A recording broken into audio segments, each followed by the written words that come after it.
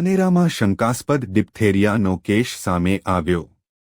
ધાનેરાના થાવરમાં ગામે 7 વર્ષના દર્દીનું ડિપ્થેરિયાથી મોતની આશંકા।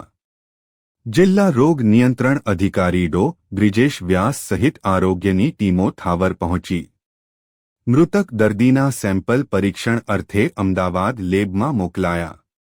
અગાઉ ડિપ્થેરિયાથી 2017માં ધાનેરાના લવારા ગામમાં 3 બાળકોના થયા હતા મોત। 7 વર્ષના બાળકનું મોતથી આરોગ્ય તંત્ર આવ્યું હરકતમાં। મૃતક નિકુલ થાવર પ્રાથમિક શાળામાં ધોરણ 2માં અભ્યાસ કરતો હતો। 2017માં ડિપ્થેરિયાથી 3 બાળકોના મોત છતાં આરોગ્ય વિભાગ બેદરકાર રહ્યું।